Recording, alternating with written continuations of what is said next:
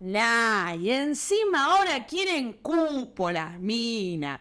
Tenemos cupo de mujer, cupo de trans, cupo de perros, cupo de gato, copa de helado. Che, no es así, muchacha. Hay que hacerse de abajo y laburando. Los cupos son para los vagos planeros. Y si no, miren la Margaret Thatcher, Ella no necesitó ningún cupo. Y Angela Merkel, menos que menos. ¿Y saben por qué? Porque no eran feminazis como estas que están cortando la calle. Estas laburaron.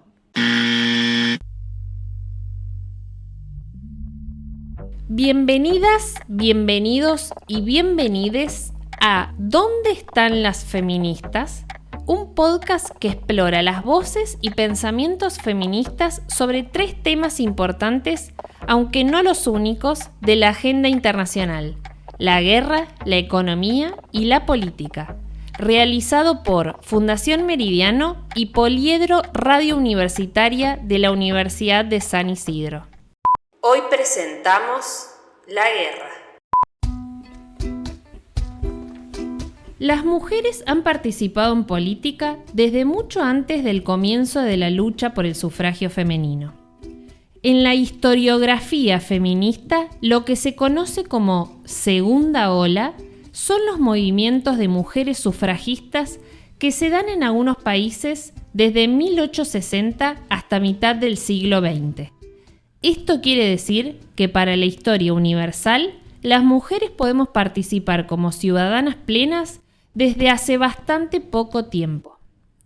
El argumento central era que no había democracia universal si la mitad de la población no podía votar ni ser elegida.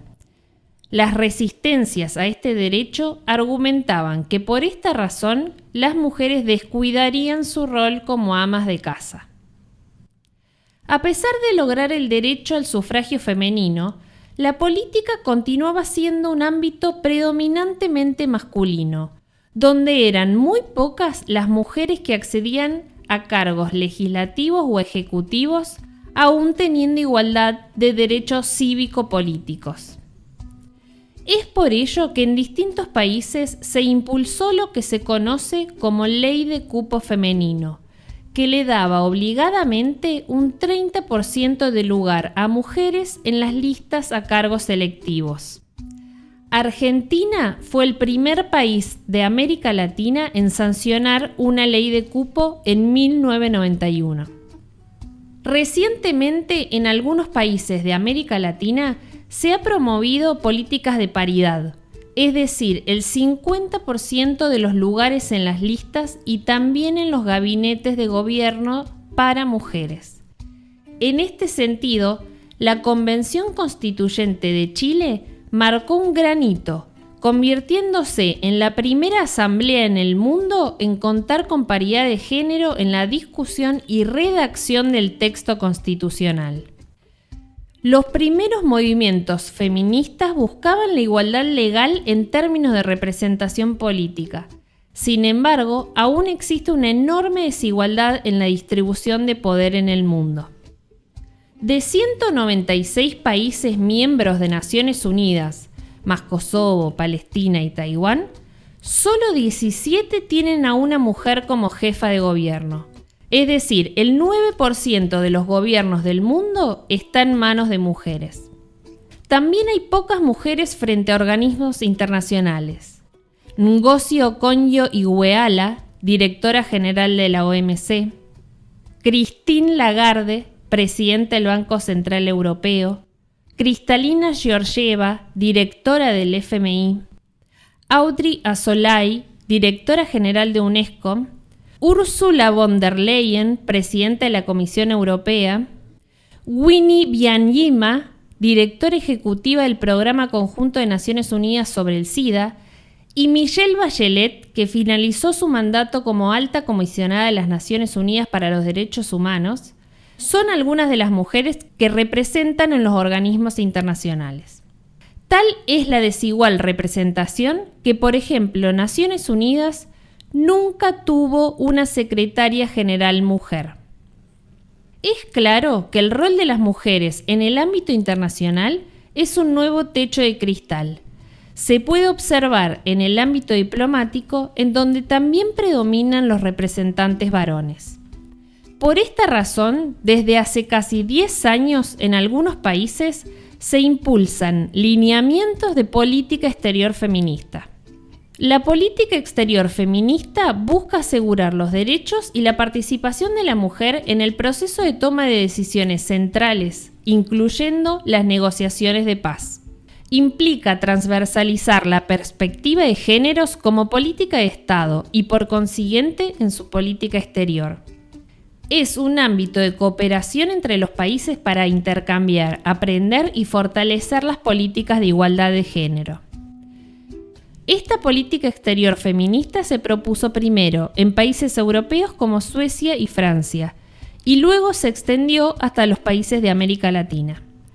Las pioneras fueron las suecas, que sustentaban esta novedosa mirada de la política internacional desde las 3 Rs: el respeto a los derechos humanos, la representación femenina en todos los ámbitos de gobierno y la redistribución de recursos para incrementar la igualdad de géneros.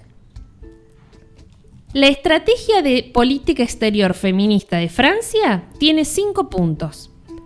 La salud sexual y reproductiva para mujeres y niñas, el acceso a la educación, el matrimonio legal a partir de los 18 años, el adiestramiento vocacional y las oportunidades de empleo y las mejoras a la infraestructura para el acceso a áreas rurales remotas. La política exterior feminista de México está basada en una política exterior con perspectiva de géneros. El impulso de una Secretaría de Relaciones Exteriores paritaria, libre de violencias y segura para todas, además de fomentar una igualdad visible, con un enfoque feminista interseccional.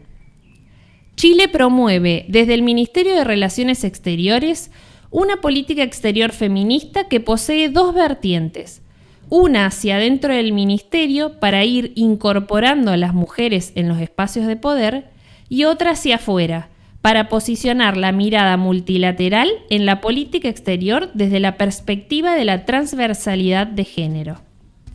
Por su parte, la Cancillería Argentina ha designado a mujeres en los cargos más altos en destinos estratégicos en paralelo con la creación de la Dirección de la Mujer y Asuntos de Género.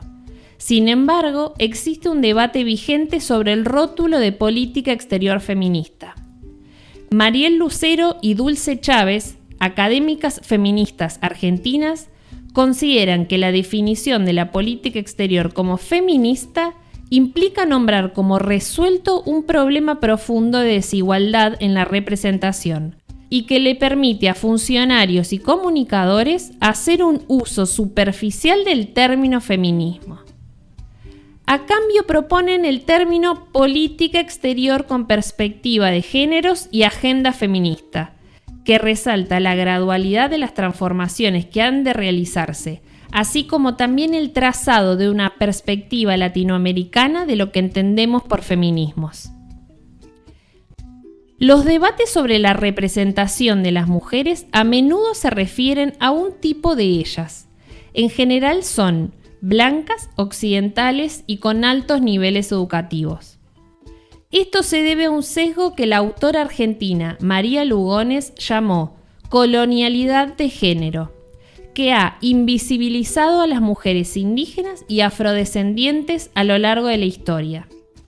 Esta mirada resalta la importancia para el análisis de las relaciones de poder en la política internacional, desde la interseccionalidad entre raza, clase, género y sexualidad. Es evidente que aún resta mucho trabajo por hacer, que la igualdad es un horizonte que nos impulsa a caminar, pero que sin dudas han sido clave los avances logrados por los feminismos en poner estos temas en la agenda pública.